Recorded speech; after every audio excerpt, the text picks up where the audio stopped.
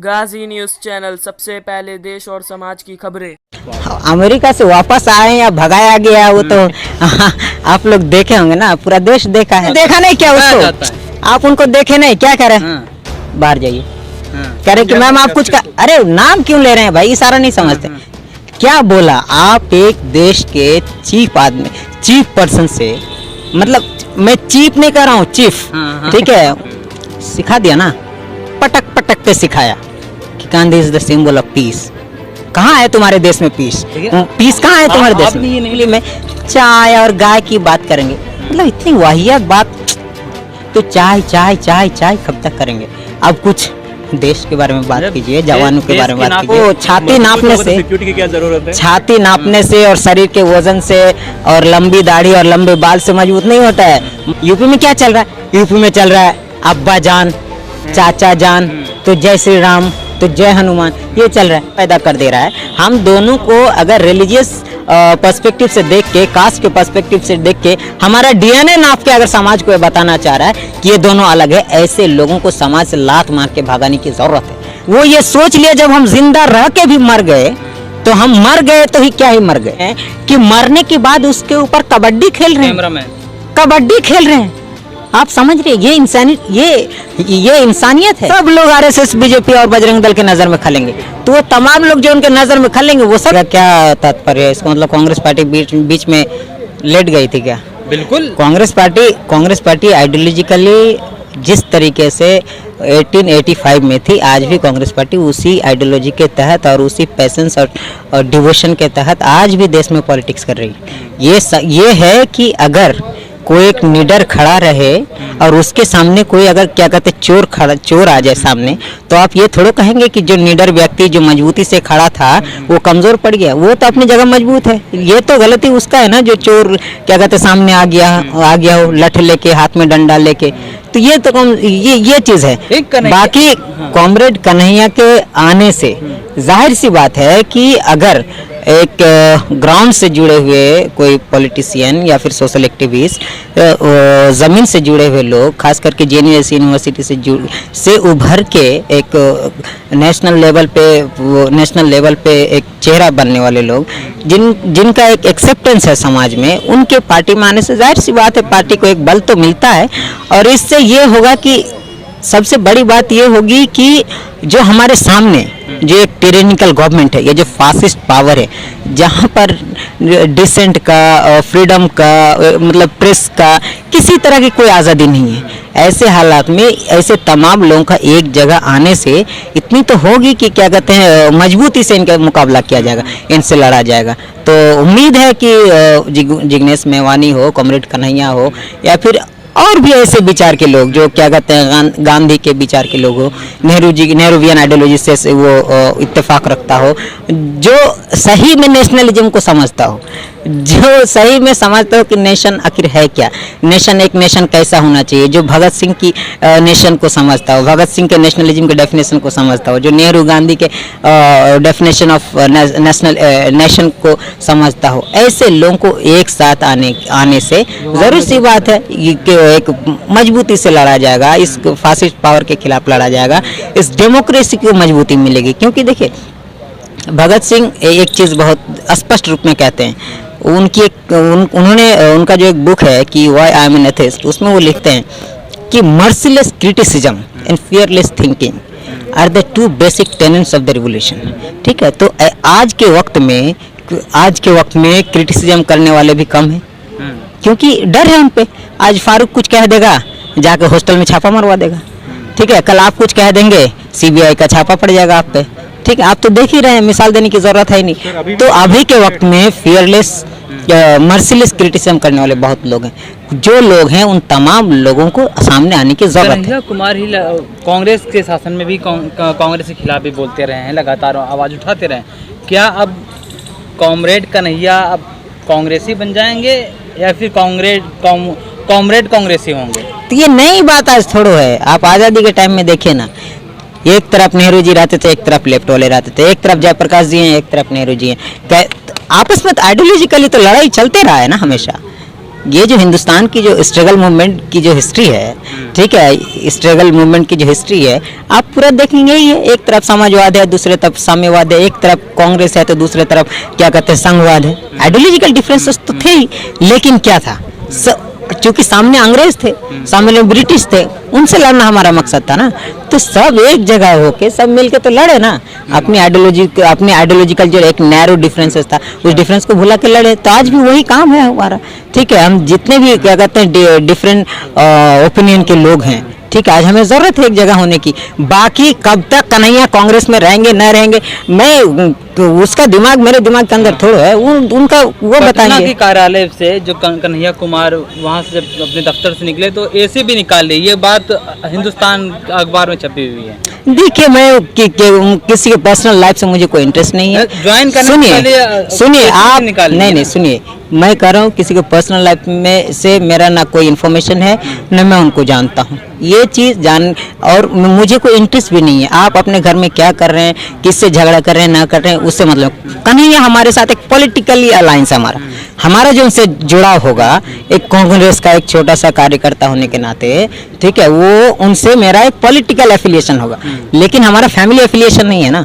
हमारे साथ कुछ होगा, हमारे साथ कुछ किया होगा। अगर सुने कि फारूक क्या कहते हैं, फारूक ने तुमने कन्हैया का शर्ट चुरा लिया, तो आप मुझसे पूछिए, then I will be responsible to answer. कार्यालय से तो उनके कार्यालय वालों से पूछिए कि लेके गया नहीं लेके गया, मुझे क्या पता किसका। आप मानते हैं तो मैं कांग्रेस का वर्कर हूँ ना भाई, लेफ्ट वालों का वर्कर नहीं हूँ ना। कांग्रेस की बात नहीं कर रहा हूँ, आपके ऑफिस से, आपके कार्यालय से ऐसे ही निकाल दिया जाता है। देखिए, और ये भी होता है कि आदमी का जब शिफ्ट होता है ना एक तरह से दूसरे तरफ, तो ये क्या कहते हैं आलोचना, ये एलिगेशन, ठीक है, ये क्या कहते हैं छीटा काशी, ये सब किए जाते हैं। तो ये सब एकदम मतलब क्या कहते हैं फैक्टलेस चीज होता है। प्रधानमंत्री अमेरिका के दौरे से वापस आए हैं, क्या लगता है प्रधानमंत्री के अमेरिका के दौरे से क्या हासिल हुआ है, क्या चीज मिला होगा उसको? अमेरिका से वापस आए या भगाया गया, वो तो आप लोग देखे होंगे ना, पूरा देश देखा है, ठीक है। मतलब आप कहना चाह रहे हैं बेइज्जती हुई है? मैं क्यों कहना चाहूंगा भाई, आपने देखा नहीं क्या उसको, आप उनको देखे नहीं, क्या कह रहे हैं, बाहर जाइए, कह रहे कि मैम आप कुछ अरे नाम क्यों ले रहे हैं भाई, इशारा नहीं समझते, कह रहे आप कुछ कहना चाहेंगे, कह रहे बाहर जाइए।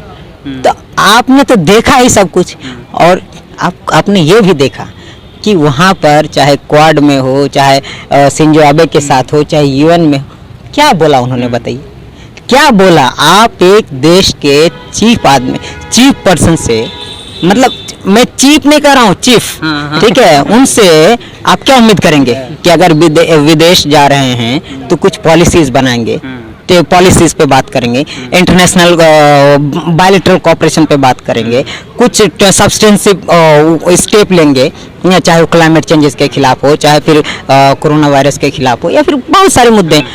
वहाँ जाके आप पाठ पढ़ा रहे हैं गांधी जी का और नेहरू जी का, वहाँ जाके आप डेमोक्रेसी का सबक दे रहे हैं उनको। बेवकूफ हैं वो लोग। अरे भाई, आपसे कई गुना उन लोगों को पता है, उन लोगों के दिल में रिस्पेक्ट है। तुम गांधी और नेहरू का दिखावा करते हो, तुम भगत सिंह का दिखावा करते हो, लेकिन they know the importance of Nehru, Gandhi and Bhagat Singh. सिखा दिया ना, पटक पटक के सिखाया कि Gandhi is the symbol of peace. कहाँ है तुम्हारे देश में पीस? पीस कहाँ है तुम्हारे देश में? आपने ये नहीं देखा फारूक भाई, अमेरिका में कितने लोग ढोल नगाड़े लेकर के वहाँ पे आए हुए थे प्रधानमंत्री के खुशी में कि हाँ हमारे देश में प्रधानमंत्री आए हैं। ढोल नगाड़े बजाने वालों की कहीं कमी नहीं है, मदारी का कहीं कमी है, लेकिन उन मदारी में भी तो, अरे उन मदारी, मैं क्यों कहूँगा भाई, नेशनल न्यूज है, आप देखिए ना जाके। क्या कह रहे थे कि आप यहाँ आएगा, हम आए नहीं है, मैं आया नहीं हूँ, मुझे बुलाया गया है। तो ये मैं थोड़ा कह रहा हूँ भाई साहब, मुझ पे क्यों थोप रहे हैं? मैं कुछ भी कह रहा हूँ मेरा नहीं है, ठीक है, आप चेक कर लीजिए कि उस ऑफिस से किसको भगाया, उस नगाड़ा वालों ने किससे क्या कहा, मोदी जी ने क्वाड में क्या कहा, उनको कमला हैरिस ने उनको क्या रिप्लाई किया, बाइडेन ने क्या रिप्लाई किया। आप जाके वहाँ पर यूएन का जनरल असेंबली में चाय और गाय की बात करेंगे, मतलब इतनी वाहियात बात कौन उम्मीद करेगा आपसे? एक प्राइम मिनिस्टर है साहब आप। अब वो जमाना गया आपका चाय बेचने वाला, आप तो चाय के बराबर तो क्या कहते, जो चाय बेचते थे वो चाय तो आजकल पीते भी नहीं है। तो चाय चाय चाय चाय कब तक करेंगे? अब कुछ देश के बारे में बात कीजिए, जवानों के बारे में बात कीजिए, किसान के बारे में। साख गिरी है क्या देश की? वो 14 में ही गिर गया था, आज तो 14 में ही गिर गया था, अब तो कुचाला जा रहा है। टाइम्स ऑफ इंडिया में छपा है कि प्रधानमंत्री 14 घंटे 12 घंटे के सफ़र करने के बाद जो है ये विस्टा प्रोजेक्ट जो है देखने पहुंच जाते हैं रात के 8:30 बजे। पहुंच नहीं, वो सही कह रहे हैं। टाइम्स ऑफ इंडिया बहुत इस मामले बहुत इनोसेंट है, वो सही कह रहे हैं। वो उनको वो इसलिए कह रहे हैं कि ऐसा हुआ और मोदी जी सही में गए। क्यों गए ये भी तो जानिए, ये नहीं बताएंगे टाइम्स ऑफ इंडिया, ये जानिए। आप वहाँ गए अमेरिका, वहाँ कोई कवरेज नहीं, कोई न्यूज वाला में कोई अप्रिसिएशन नहीं। इंडिया में जो भी चला है बदनामी के सिवा कुछ हासिल नहीं हुआ। तो अब क्या करना था? एयरपोर्ट में उतरे, अपने 10 कैमरामैन को बुला लिए, एकदम क्या कहते चकाचौंध वेलकम करा लिए। हाँ, और चूंकि सुनिए, रोटी लेके नहीं गया आप, सुनिए ना, सोशल मीडिया में चलना था वो चश्मे, तो ये तो आयरानी होगा ना, ये बहुत आयरानी है कि आप मोदी जी के सिंपलिसिटी को आप बता रहे हैं। लेकिन देश के मजबूत प्रधानमंत्री हैं तो सिक्योरिटी तो उनके साथ तो चलेगी ना। अब मजबूत भाई वो छाती नापने से, सिक्योरिटी की क्या जरूरत है? छाती नापने से और शरीर के वजन से और लंबी दाढ़ी और लंबे बाल से मजबूत नहीं होता है, मजबूत यहाँ से हो जाता है। तो आप दिमाग ठीक है, से पैदल बता रहे हैं। 18 घंटा काम। मैं ये कैसे कह दूं पैदल है कह रहे या हैं कि दिमाग से होना चाहिए मजबूत। ऑब्वियसली, मतलब कहने का क्या मतलब है? कोई आप ये बताइए, मैं मजबूत लग रहा हूँ? फिजिकली हैंडीकैप हूँ मैं, हूँ कि नहीं हूँ? आप क्या कहेंगे मुझे? क्या कहेंगे? हाँ, आप क्या कहेंगे? मजबूत कहेंगे, कमजोर कहेंगे? नहीं, आप तो रहे तो और समझ। क्यों कहेंगे? क्यों कहेंगे? आपको फेस कर रहा हूँ ना, आप जो पूछ रहे हैं जवाब दे रहा हूँ ना, आपसे मैं डर नहीं रहा हूँ ना। तो मोदी जी क्या कर रहे हैं? प्रेस कॉन्फ्रेंस किया आज तक? किसी मीडिया को फेस किया? किसी कैमरे को फेस किया? क्या कहेंगे आप उसको? डर रहे हैं। हाँ, डर है सब कुछ क्यों मैं बोल दूं, कुछ आप भी तो समझिए, आप भी तो कुछ समझिए। तो ऐसे प्राइम मिनिस्टर को अगर आप मजबूत कह देंगे, लेट्स सी हिस्ट्री में क्या लिखा जाएगा। देखने का वेट एंड वॉच। ठीक है, हिस्ट्री एक दिन में। यूपी चुनाव से ठीक पहले कन्हैया का कांग्रेस में आना, जिग्नेश का कांग्रेस में आना, क्या यूपी चुनाव इससे प्रभावित होने जाएगा या नहीं? होगा या नहीं होगा? मजबूती मिलेगी प्रियंका गांधी के नेतृत्व में? देखिए, मैं उतना एग्जीमेटिक और हाँ प्रिडिक्शन करके ये चीज़ नहीं बोल सकता कि क्या इफेक्ट पड़ेगा नहीं इफेक्ट पड़ेगा।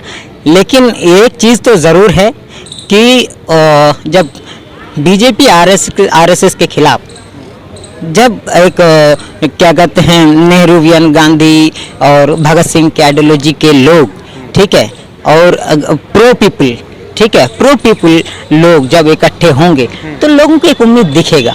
ठीक है, क्योंकि आज देखिए यूपी में चल क्या रहा है, यूपी में क्या चल रहा है? यूपी में चल रहा है अब्बा जान, चाचा जान, तो जय श्री राम, तो जय हनुमान, ये चल रहा है। और वहाँ के लोगों को चाहिए क्या भाई?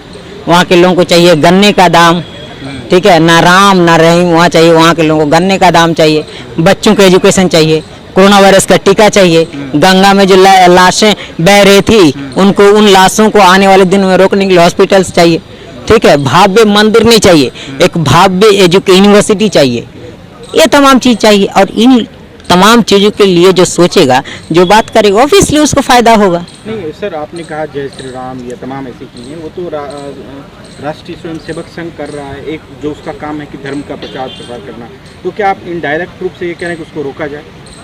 ऑब्वियसली अगर देश को बचाना है तो इन तमाम एलिमेंट्स को रोकना बहुत जरूरी है। कौन से एलिमेंट? क्योंकि देखिए आप, कौन से एलिमेंट? ये जो भी फासिस्ट एलिमेंट है, जो कम्युनल एलिमेंट है, ठीक है, जो एक समाज में क्या कहते हैं, मेरा नाम फारूक है, आपका नाम आपका नाम क्या कहते हैं राम है, ठीक है, हम दोनों के बीच अगर कोई मतलब गैप पैदा कर रहा है ना, ठीक है, कोई अगर दूरी बना रहा है, उन लोगों को रोकने की ज़रूरत है, उन लोगों को लात मार के भगाने की ज़रूरत है।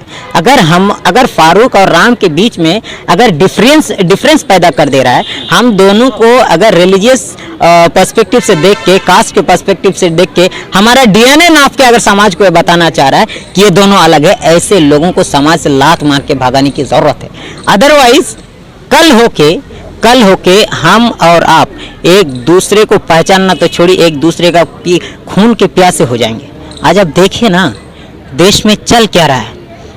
ये एक आदमी दौड़ के, जाहिर सी बात है कुछ भी रहा होगा उससे पहले, आप उसका घर उजाड़ने के लिए गए हो, ठीक है, आप उसका घर जलाने के लिए गए हो, गिराने के लिए गया हो, वो आदमी, उसके हाथ में एक बांस का लाठी है, उस लाठी को लेके आप 50 लोग, आपके हाथ में गोली है, पिस्तौल है, राइफल है, हाँ, लाठियां आपके हाथ में, आपके पीछे दौड़ रहा है।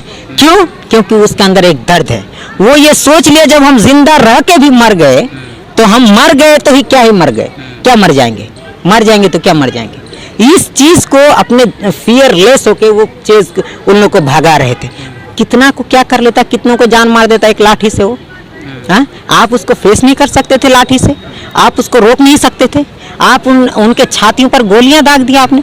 क्यों दागी? सुन लीजिए, आप मीडिया वाले हैं ना भाई, आपको तो पता है ना हर चीज में डिलिबरेटली सब कुछ क्यों बताऊं, आप इशारा समझिए। छातियों पे आपने गोली मारा, मर गया, चलो ये भी क्या कहते हैं कि तुमने अपना इनह्यूमैनिटी का प्रमाण दे दिया। लेकिन ऐसे भी लोग हैं कि मरने के बाद उसके ऊपर कबड्डी खेल रहे हैं, कबड्डी खेल रहे हैं। आप समझ रहे, ये इंसानियत है? कहाँ है ये इंसानियत? हैवानियत में है ये। आज जो ना एक हैवान भी शर्मिंदा होगा कि हिंदुस्तान का ये मंजर है। उस क्या कहते हैं अफराजुल है, कितना लो पहलू खान है, कितना वो मध्य प्रदेश में वो दलित आदमी इंसान क्या नाम था 45 इयर्स का, गाय पिकअप के पीछे बांध के उसको घसीट के ले गए, उसको मार दी। ये इंसानियत है भाई। ऐसे चीज आने वाले दिनों में और होंगे अगर हम इस आरएसएस, बीजेपी, बजरंग दल, इस तरह के क्या कहते हैं गॉडसेवादी, सावरकरवादी आइडियोलॉजी के लोगों को अगर सत्ता से नहीं उखाड़ फेंकेंगे, उन्हें अगर हम उनके खिलाफ अगर मजबूत लड़ाई नहीं लड़े, सेना भी बन गया, योगी सेना बने या क्या कहते हैं बानर सेना बने या कोई सेना बने, है तो वो देश के लिए खतरा है, तो वो समाज के लिए खतरा। अच्छा आप ये बताइए, योगी सेना बने, मोदी सेना बने या फिर कोई सेना बने, वो सेना क्या करेगा समाज के लिए? आप उसको शिक्षा देते बजाय के, हाँ वही मैं कहने जा रहा हूँ, आप उसको बजाय कि आप उनको शिक्षा देते, वो अपना खुद की जिंदगी संभालता, घर वालों का संभालता, परिवार वालों का संभालता, समाज का भला होता। लेकिन आप उसको एक कॉलेज, एक यूनिवर्सिटी बना दिए हैं। बानर सेना यूनिवर्सिटी नंबर 1, हाँ, योगी सेना यूनिवर्सिटी नंबर 2, मोदी सेना यूनिवर्सिटी नंबर 3। आप तो उसको एक डिग्री देके निकालेंगे वहां से। हाँ, क्या डिग्री होगा? दंगाई का डिग्री, सर्टिफिकेट देके उसको एक सर्टिफिकेट मिल जाएगा दंगाई का। लेकिन आपने कभी ये सोचा कि कोई भी पावर जो है, कोई भी पॉलिटिकल पार्टी पावर में परमानेंटली नहीं आता है। आपने उसके बारे में सोचा कि कल पावर के बदलने के बाद उस सर्टिफिकेट के उस बंदे के साथ क्या होगा? उसकी जिंदगी कहाँ जाएगी? 15 साल, 14 साल, 10 साल उसकी जिंदगी का तुमने खराब कर दिया।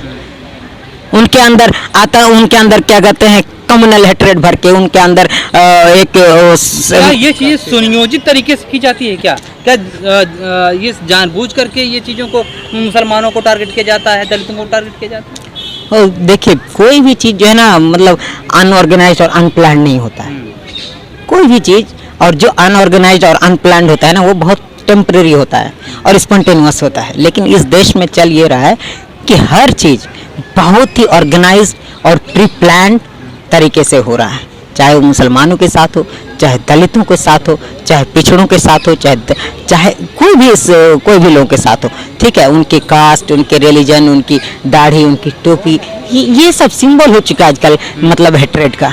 मतलब अरे जब आप ये बताइए, जब प्रदेश के प्रधानमंत्री, देश का मुखिया स्टेज में खड़ा होकर कहेंगे कि कपड़ा देख के ही पहचाना जा सकता है, आप क्या उम्मीद करेंगे? सर, एक लास्ट सवाल जवाब दीजिए, क्या आरएसएस का काट कन्हैया कुमार है कांग्रेस पार्टी में जो शामिल किया जा रहा है? जिस तरीके से वो बोलते हैं, जिस तरीके से उनका स्पीचेस है, होता है कि वो बड़ी बारीकी से अपनी बात रखते हैं और समझदारी से लोग समझते भी हैं, तो इसलिए कांग्रेस पार्टी में आना, क्या आरएसएस का काट, मोदी का काट, हिंदू सेना का काट, इस तरह के जो ऑर्गेनाइजेशन है उनका एक काट है क्या? देखिए, काट तो हर एक लोग, आप भी आरएसएस का काट, आप भी बीजेपी का काट। क्यों?